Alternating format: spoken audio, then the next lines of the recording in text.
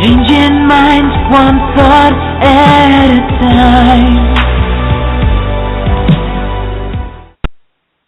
Good evening, everyone, and welcome to the Changing Minds Online Empowering Women series. Good evening, Akina. How are you today?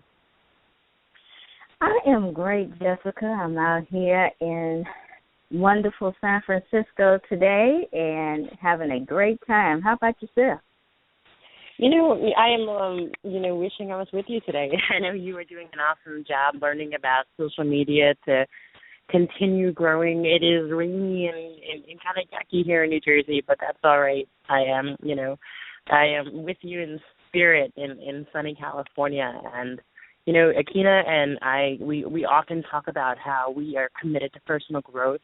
We both are very passionate about educating ourselves. I attended a real estate seminar today. Akina is out learning about social media in California, so we just wanted to, really just let you guys know that we are out learning as well. And we have an amazing friend of mine on the call tonight. I'm so excited to bring her on. I was really looking forward to this show for a really long time. This person and I met in an organization course. We are both professional network marketers in the same company. And what attracted me so much to this person is, number one, she has such a vibrant personality, but she's just so authentic, and she's so confident and comfortable in her skin. She's fun. She's energetic. It didn't surprise me when I got to know her to learn that she's really passionate about dance and choreography. She is a professional in music theater. She has performed in all of the 48 continental states in the United States, which is amazing. But she's also just a great mother, a great friend. And what I really just have been drawn to in this person is she is just so authentic in who she is, and she's so confident about who she is. She has this beautiful inner voice, and it just shines and radiates through her for everyone to see. And you are with her for a few minutes, and you feel like you've known her for your lifetime, because she just really is herself. And I just love that so much about her.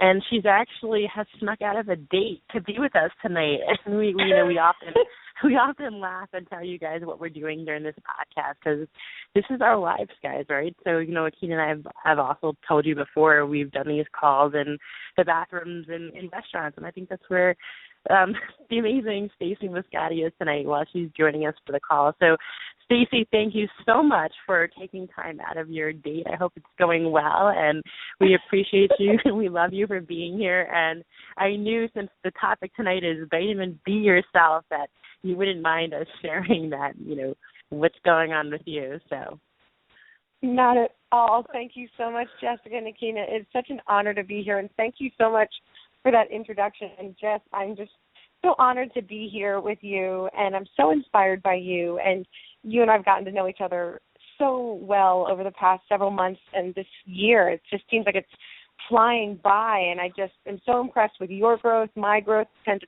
talk to each other and share with what's going on in our lives and the breakthroughs we're having, the breakdowns we're having, and it's just so exciting to be here. And yes, when we booked this several months ago from development class that ended on November 5th, and I said, yes, I'll be free this date, I didn't realize I was going to be out on where I'm at right now.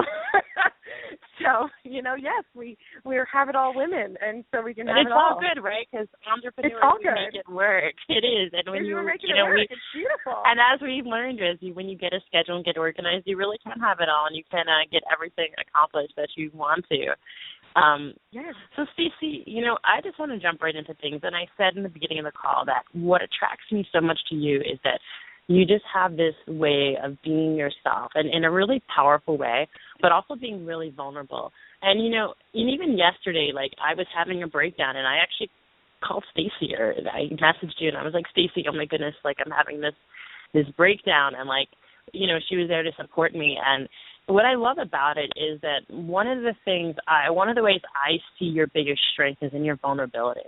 And I want you to kind of I know it wasn't always that way for you, but, you didn't always have that ability to just be yourself and be vulnerable and be open and authentic all the time. And I think that's really where your power comes from. So I wanted you to just take our listeners with that journey of where you started and how you figured out that it was okay to be yourself, and what you attribute that to, and just what, they can learn from that. Absolutely, and thank you so much. a lot of people my whole life have said to me, you make it look so easy, da-da-da-da-da-da. 2015 for me really was the breakthrough year. I always had within me this voice that craved success, that craved more, that wanted to see what was possible. And looking back on my life, I'm 37 years old, and looking back, I realized, I came to an awareness this year that my skill set in performing, I was drawn to performing at a young age, dancing in particular. And I did not realize that the skill set I developed naturally of being able to perform, okay, so I wanted to achieve, and so to be in the front row or to get the solo or to get the part in the fourth grade play, who did I need to be? So I developed this mask, which I thought was myself for pretty much my whole life. And so I was able to play the part of Stacey Mascotti. I was able to play the part of this wildly successful person. And yes, they say, fake it till you make it, or, I could project success. Okay, so if I'm, now going into network marketing, previously I was this professional actress and I had a great career. I knew how to audition. I knew that skill set. It's really about different skill sets. And I had this skill set of being able to project confidence and project, success. And what I didn't realize until this year, I've had, all these things break down over the last several years in my life. I got married and my marriage fell apart. I was struggling in my job. I was struggling in my business. I was struggling in a relationship after my, divorce. And just things kept breaking down. But I could project that I was all good and project that I was happy. And with Facebook and social media, it was really easy to play the part of just this wildly happy person. And inside, I just knew I was so inauthentic. And it challenged me to be able to do what was necessary for success while feeling so broken inside and feeling so frustrated. And I knew I had challenges with food addiction and eating out of, to stuff emotion, but I didn't want to deal with it. Didn't really want to go there because I knew that was going to impact my relationship with my mother and my father and my, boyfriend at the time and myself. I was struggling for so many years with this utter fear of getting to know who I really was because I was so afraid of disappointing myself, of finding out that I wasn't enough, and finding out that I was a big phony. Everything that the ego, I call it the whammy ego, everything that the ego wants to, protect us from. So don't go find yourself and just is like the big bad boogeyman within our own head. And what happened to me was everything in my life basically fell apart around this time last year. Right around this time last year in 2014, my business had fallen apart. I quit my job because my business looked like it was going great, and then I had to go back and take the job back, and I was ashamed of that. My relationship fell apart. My health fell apart. I was so stressed that my skin was literally burning. I was developing these rashes, and it was awful. My friendships were falling apart, and I felt like I was drowning. And it wasn't until finally I was able to just go, enough is enough. I can't do this anymore. I reached my breaking point. And you hear a lot of people say that. And one of my coaches and mentors, Jeffrey Combs, he says, getting your back against the wall and hitting rock bottom is really overrated. But for me, I had to hit that. I had to kind of hit the point where I was at rock bottom in my health and my food addiction. I had gained about 20 pounds. I didn't weigh myself, but I gained about 20 pounds, and I'm in the health and network and wellness industry, network marketing, and I just couldn't hide it anymore. It was when I saw myself online, and I was like, I'm so tired of this mask. I'm so tired of this construct of Stacey Mascotti that everybody is writing me and talking to me, going, private messaging me, going about how great my life looks and how great everything is. And every time I get a message like that, it was like a knife in my heart. And I was like, this is not the way to live anymore. And one of my best friends, she's now like my best friend, but at the time we were just getting that really, really close best friendship. She wrote me and she was like, listen, just, write me what's going on in your life. And I wrote her this big, huge email, and it was like this confessional of like where I am with my finances, where I am with my relationships, where I am with my business, where I am with myself. And I just kind of owned how everything was just not working. And she wrote me back a text, and it chokes me up to remember this because this was a turning point for me. And she lives in San Francisco, so Akina, you can go say hi to her. And she texted me back at 1:30 in the morning. It was my time, 10:30 her time. She goes, "Hello, Stacy Soul. It's good to see you." And I went, "Oh my God, that's right. I've lost touch with my soul. I've lost touch with me. I didn't even know I had ever touched it in the first place." So I made this video online, and I posted it to Facebook, and I literally just came out as a food addict in a health and wellness industry. And I knew I wasn't alone, but it was very, very risky in my head going, you're basically going to just expose yourself as a fraud. That was what my head was telling myself. And I said, yep, because I can't live any other way. I can't do it. And I made that video, and I got about 100 private messages of people saying that they were crying because they felt the same way and they didn't know how to address it. And that was January 8th of this year. And that was the first moment of me going, oh, me showing my flaws, my broken pieces, everything that I think is wrong and horrible about me, we all feel that way in different areas. And so me sharing my truth and me showing my vulnerability actually helps people. It'll help somebody. And that started to turn the corner for me. And all of a sudden, once I started owning what was wrong, I don't use the words right or wrong, but a lot of people do. So what was wrong with me, what was broken with me, I went cold turkey on the food addiction and didn't stuff the feelings. And that very first day, or actually it was the second day. The second day is when it really hit me. I equate it to stopping running from the tsunami. And I stopped, and I turned around, and I threw my arms out and just let the wall of emotion hit me. And it's so interesting because I was this actress, and I know how to, play emotion. I know how to play a part. I was really, really comfortable on stage. And one of my ex-boyfriends had said to me, he goes, I used to wonder why I could watch you on stage and feel like I was seeing you authentically, but then when you were off stage, you weren't an authentic person. And I didn't know how to be that until I just owned what wasn't working in my life. And yes, it was brave. Many people say it was brave and courageous. I just couldn't go on anymore. The pain was great enough. So that very first night, 90 minutes, snarling, going through honest to God withdrawal, almost like a drug detox of feeling these emotions I had been afraid of feeling for so long. And at the end of it, I just felt this tremendous peace, and it didn't kill me. And that was the first time that I went, oh, okay, so emotions aren't going to kill me. What I was afraid of isn't going to actually physically kill me. That was some weird story I had in my head.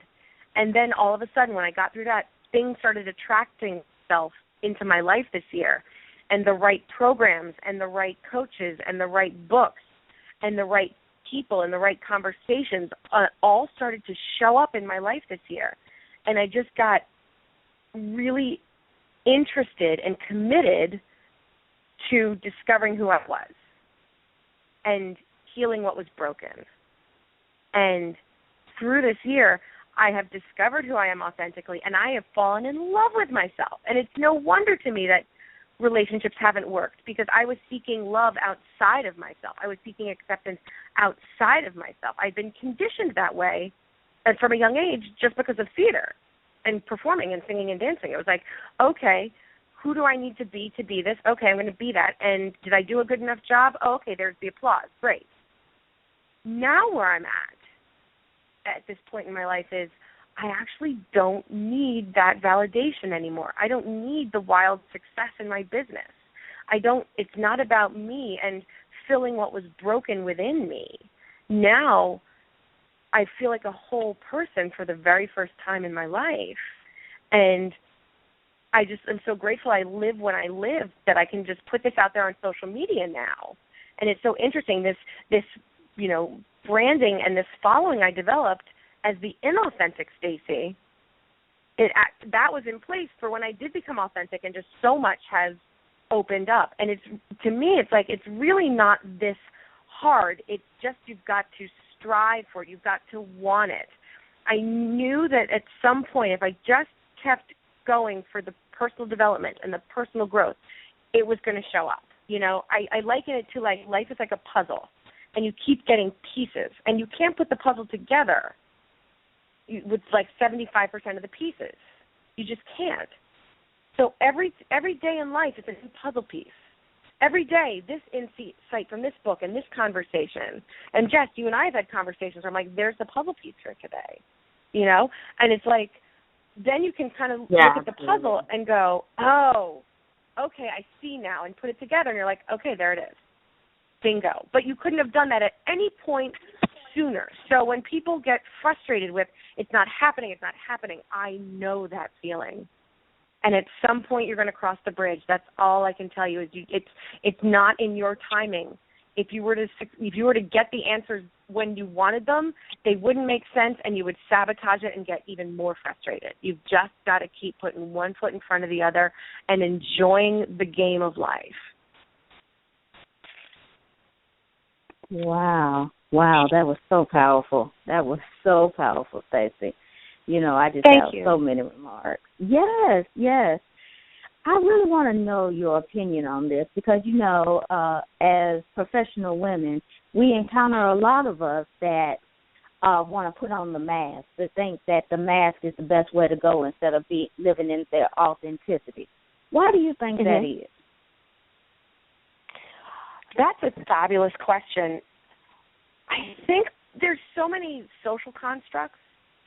There's so much, in business, my personal belief, and, some people can say it's contrarian, controversial, I think there is a genetic predisposition from DNA from long time ago, caveman time, that the male DNA is wired to hunter-gatherer, the female DNA is wired to nurture. Does that mean that we can't hunter-gather? Absolutely not.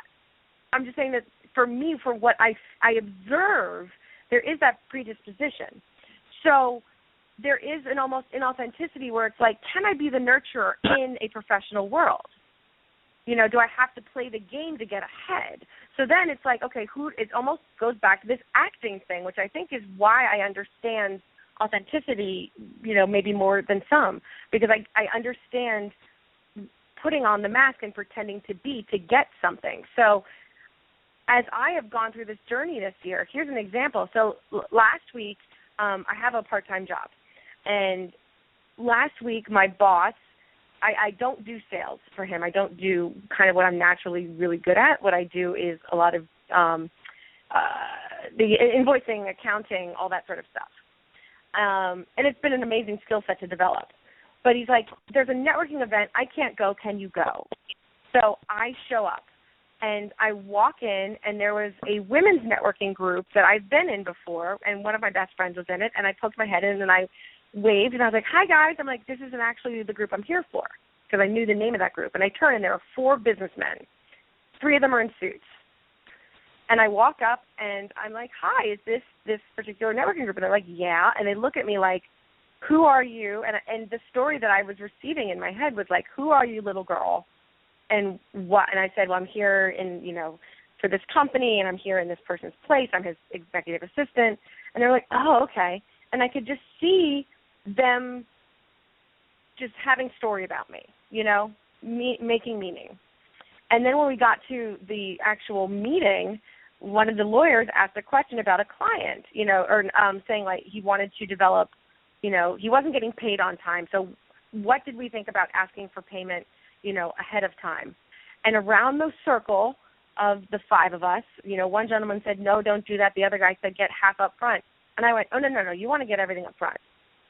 And he said, well, why do you mean? And I said, well, energetically you have the story in your head about you don't like doing this type of work because of this. Yes, you may lose some clients, but the type of client you will attract will pay you on time. You will attract more abundance. You'll be able to handle more work. You'll enjoy your work more, and everything will flow easier. It's an energetic question, too. And I just started talking about that, and you could see their jaws drop. And just by me being me, suddenly they're equal. And in some of the cases, they saw me almost as a higher person because I had more knowledge about certain things than they did. And there was a time I absolutely would have tried to have sounded like them and met them where they were. And just by me being me, I blew them out of the water. And that wasn't possible before I knew who I was. So for the professional women on the phone, I would say the question you really want to investigate is, who am I and what do I love about myself? As women, oh my gosh, I could go on 10 different tangents right here, but we've got to financially educate ourselves. I know I disempowered myself for a very long time because I craved love so much, I craved a relationship so much that I felt that if I made my own money or didn't allow the man to handle the money, that he wouldn't love me, that he wouldn't, I would be emasculating him, and then, I had attracted the exact situation I was afraid of, divorce, and was not financially competent enough to handle certain situations. My parents protected me from understanding finances because they came from less affluent backgrounds. They worked very hard to get where they were at, and as their only child, they didn't want me to, quote-unquote, worry about money. That's great as a child, but then as an adult, I did not have financial literacy. So ladies, absolutely educate yourself financially literacy. Make yourself financially literate. Rich Dad, Poor Dad, great book to start with. You also want to read Rich Woman. You want to learn about money. It is not something to be afraid of or to let out of your own hands. We take care of yourself. It is not a statement about your relationship or a lack of trust or worrying that you're going to get divorced. It is growing you as a person, and you're able to bring more to the relationship. Because individually, you're the only person that you're with from the moment you're born to the moment you die. You're the only person you're with, guaranteed. So investigate who are you and what do you love about yourself, and bring that to the professional table. Heal the core wounds inside so that you don't need the approval of your boss, of your coworkers, that people can say things and it does not matter to you. It is truly possible. Anything you want is possible.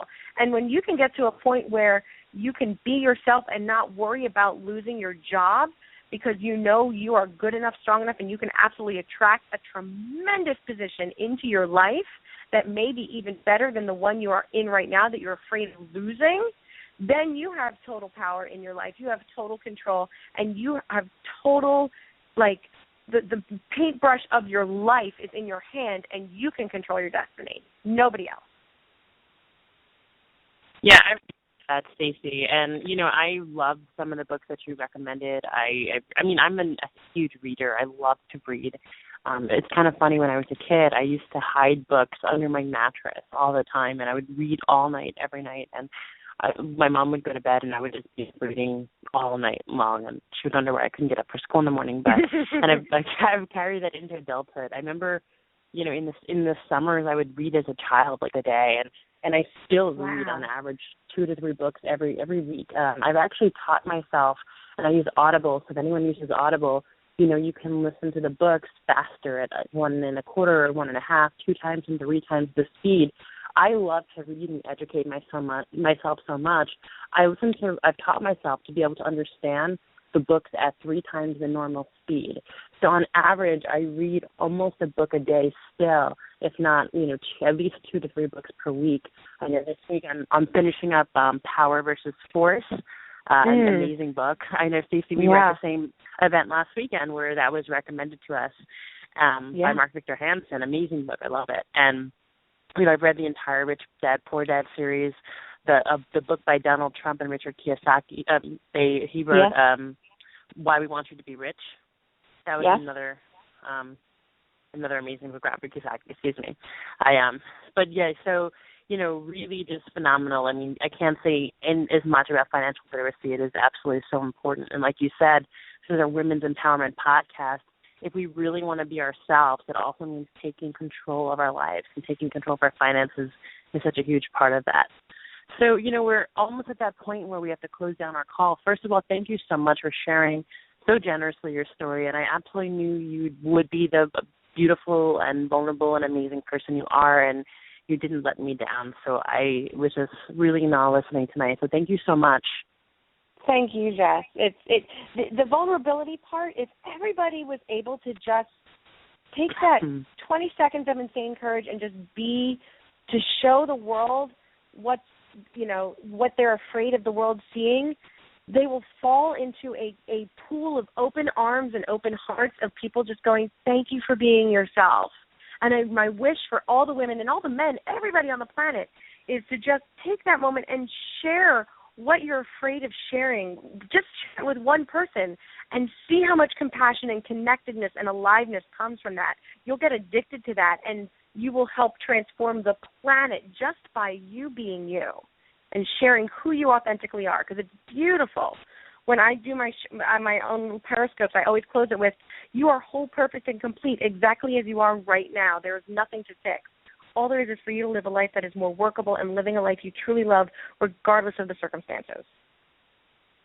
Well, I love it, and I was going to ask you if you had any closing words, but it sounds like, those are beautiful words to close our podcast by tonight. So thank you again so much.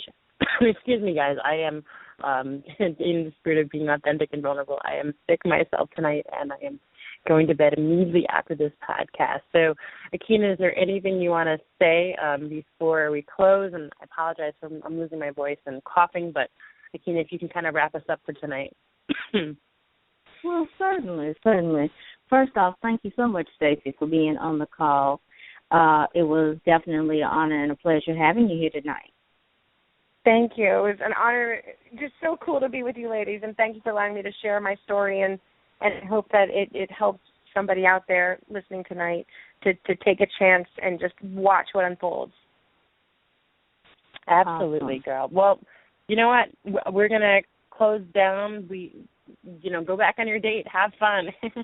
Have a great evening. I hope hopefully he's not too mad about us waiting there. I guess the hockey game. He's good. Oh, okay, perfect. Well, as long as there's a game on, right? Well, enjoy the rest of your evening. I always end our podcast in the same way and just let everyone know I love you. I'm so grateful for you guys, and we do this because we really so appreciate you. And so many people have been reaching out over the last few weeks, letting me know and Akina know how much these podcasts have blessed them. And it really just, thank you so much for doing that, because it really just pours greatness into us. And, on that note, God bless, make it a really powerful week. And we'll be with you again on Sunday for Inspirational Call. Good night, everyone. Good night. Thank you.